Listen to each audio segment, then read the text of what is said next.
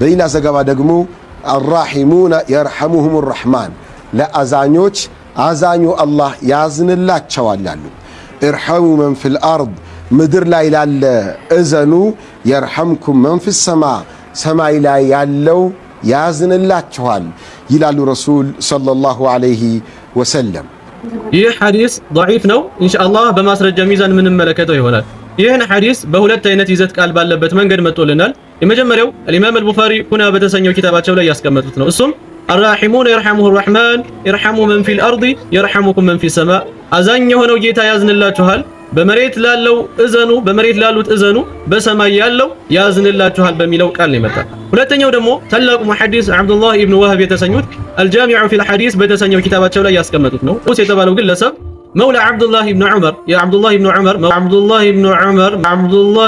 ዑመር አምርና ዑመር የሚለውን እንደተመለከታችሁት ለይቶ ሳያነብ በድፍረት ضعيف ነው ሲል ተሰምቷል። ይህ ነው እንግዲህ አንዳንዴ አላዋቂነት ደፋር ያደርጋል የሚባለው እንደዚህ እየሆነ ነው። በዛ በምትናገርበት ዒልም ላይ ትንሽ ዕውቀት ሲኖርህ ምናልባት ደግሞ ሌላ ሰፋ ያለ ነገር ማላውቀው ይኖራል እያልክ ራስክን ቆጠብ ታደርጋለህ። አላዋቂ የሆነ ግለሰብ ግን በብዛት በየትኛውም ፈን ላይ ቢገባ በድፍረት ነው የሚናገረው። ከዚህም ልጅ የተመለከትኩት ነገር ይሄ ነው። ቀስ ብሎ መጀመሪያ ማንበቡን ቢለማመድ እንደዚህ አይነት ግልጽ የሆነ ስህተትን አይሳሳትም ነበር። እንደሰማችሁት በዚህ ሐዲስ ላይ የአላህ Subhanahu Wa Ta'ala የበላይነት የሚናገር ስለሆነ ቸኩሎ ተብሎ ضعيف ነው ብሎ ተናገረ።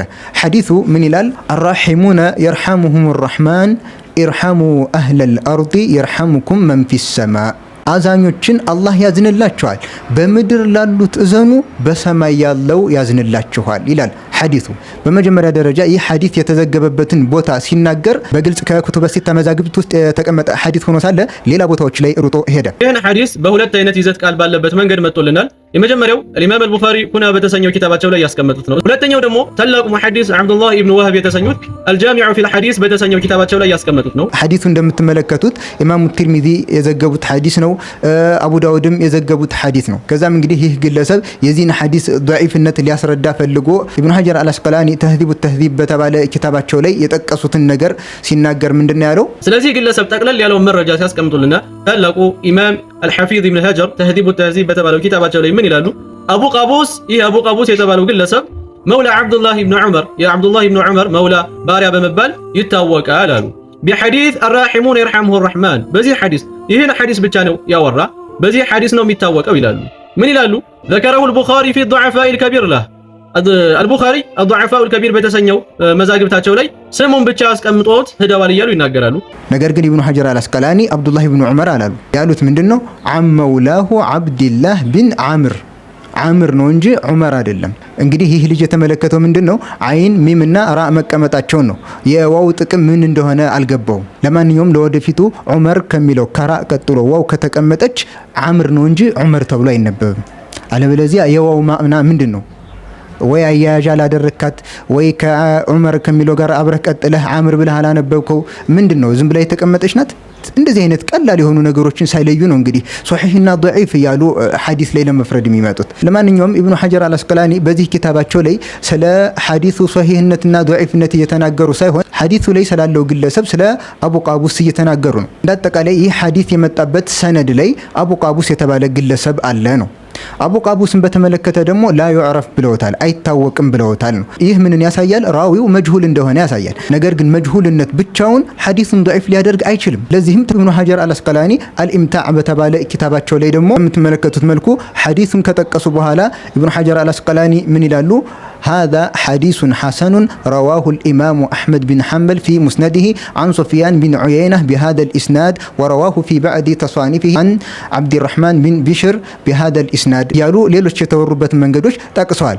ሐዲሱን ግን ምን ብለውታል? ሐዲሱን ሐሰን የሆነ ሐዲስ ነው ብለውታል። ሐዲስ ሶሒህ ለመሆኑ ይሄ ብቻ አይደለም። ይሄንን ሐዲስ የዘገቡት ራሳቸው ኢማሙ ትርሚዚ ስለዚህ ሐዲስ ሁክም ሲናገሩ ምን ብለዋል? هذا حديث حسن صحيح ብለው ሐዲሱ ሶሒህ እንደሆነ ተናግረዋል። አሁንም ይህን ሐዲስ ከዘገቡት ኢማም አቡ ዳውድ ራሳቸው ለሐዲሱ ምንም አይነት ሁክምን አላሳፈሩበትም። ምንም አይነት ሁክም ስላልተናገሩበትና ዝም ስላሉበት ጉዳይ ደግሞ ፊ ሪሳለቲሂ ሊአህሊ መካ በአንድ ሐዲስ ጉዳይ ሶሒህም ضعيፍም ብዬ ያላልኩት ነገር ዝም ያልኩበት ጉዳይ فهو صالح ሐዲሱ ሷሊህ ነው ብለው ተናግረዋል። ቅድም በተመለከትነው ላይም ኢብኑ ሐጀር አልአስቀላኒ ይህንን ሐዲስ በተመለከተ ሐዲሱን ሐሰን ብለው ሐሰን መሆኑን ተናግረዋል። ምክንያቱም አቡ ቃቡስ መጅሁል ቢሆንም የማይታወቅ ቢሆንም ሙታበዓ እንዳለው ተናግረዋል። ለማንኛውም ለልጁ ሳይሆን ምናልባት ይህንን ሰምቶ ሹብሃ የተፈጠረበት አካል ካለ በማለት እንጂ ለልጁ ይህን ያህል ማብራራት አያስፈልግም። ምክንያቱም መጀመሪያ መትን እንኳን አስተካክሎ መቅራት ያስፈልጋል። ዑመርና ዓምር ሳይለይ እንዴት ነው ሶሂህ ነው ضعيف ነው የሚባል ትልቅ የሐዲስ ዘርፍ ውስጥ የሚገባው? በጣም የሚገርመው ደግሞ ቅድም የኢብኑ ሐጀር አልአስቀላኒ ንግግር ብሎ ሲያነብ ወቃለ ሷሂቡል ሚዛን ደግሞ እንዲህ ብለዋል አለ። ሷሂቡል ሚዛን በማለት የተፈለገው ማንን እንደሆነ ራሱ አላወቃቸውም።